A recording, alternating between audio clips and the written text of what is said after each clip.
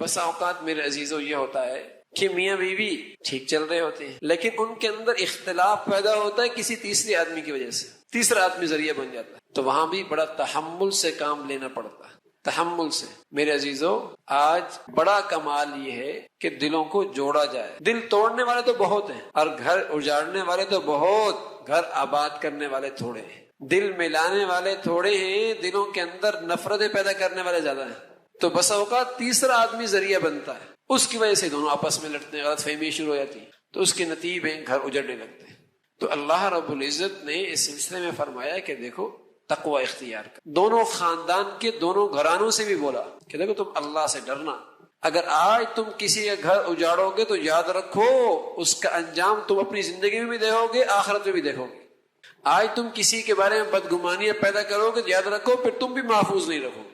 جب تم آج کسی کی عزت پامال کرنے کی کوشش کرو گے، اللہ تمہیں گھر بیٹھے رسوا کر دے گا۔ تو اس میں احتیاط ہو کہ اللہ کا خوف ہو۔ اس لیے رسول کریم صلی اللہ علیہ وسلم جب ازواجی زندگی کے سلسلے کو جوڑ رہے ہوتے تو دونوں خاندان کے افراد بھی موجود ہوتے، تو بار بار ایک بات کہتے، لوگوں اللہ سے ڈرنا، اللہ سے ڈرنا، اللہ سے ڈرنا، اللہ سے ڈرنا۔ ایسا نہ ہو کہ تم ذریعہ بن جاؤ اس گھر کو توڑنے کا اور بیچ میں غلط فہمیاں پیدا کرنے کا۔ تو میرے عزیزوں، یہ تو مرد کی ذمہ داری ہے کہ وہ اپنے اندر حوصلہ پیدا کرے، تحمل پیدا کرے، حلیم بنے، عورت کو تحفظ دے اور اپنی ذمہ داریوں کا خیال کرے، اپنی ذمہ داریوں کا خیال کرے۔ جیسے اپنی جائز خواہشات، دیکھو میرے عزیزوں، زندگیاں خوش قانون سے نہیں چلا کرتی کہ میرے ذمے تو عورت کا، یہ میرے ذمے نہیں ہے۔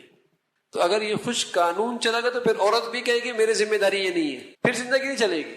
اگرچہ ساس سسر کی خدمت عورت کی ذمہ داری نہیں، لیکن سعادت تو ہے، اس کی سعادت تو بہت بڑی ہے۔ اسی طرح اگر میاں کہے کہ میری ذمہ داری یہ نہیں ہے تو پھر زندگی گاڑی نہیں چلے گی۔ گاڑی تو چلے گی محبت کے ساتھ، ایک دوسروں کی خوشی دیکھ کر۔ جہاں بات قانون کی آ گئی خوش، تو پھر زندگی نہیں چلے گی۔ یہاں تو یہ دیکھنا پڑے گا کہ دونوں کی منشا کیا ہے۔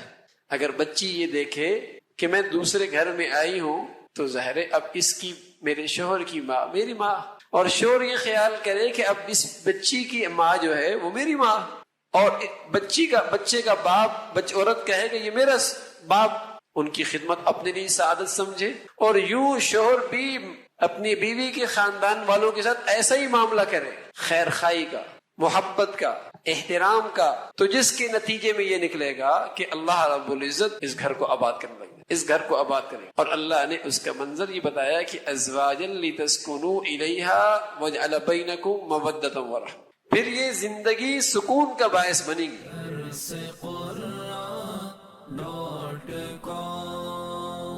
www.darsequran.com